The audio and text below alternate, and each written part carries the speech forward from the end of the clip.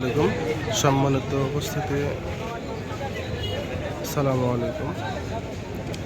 সম্মানিত দর্শক, দেখতে পাচ্ছেন এটা বাংলাদেশ জামায়াতে ইসলামের একটা বিক্ষোভ মিছিলে তারা মসজিদে জায়গা পাচ্ছিল না নামাজ পড়ার জন্য, তাই আসরের নামাজটা এনারা রাস্তায় পড়ে নিচ্ছেন। দেখুন, দেখতে পাচ্ছেন রাস্তার মধ্যে এনারা নামাজ পড়তেছেন। কত সুশৃঙ্খল একটা সংগঠন, যেনারা জায়গা না বলে রাস্তায় নামাজ পড়েন।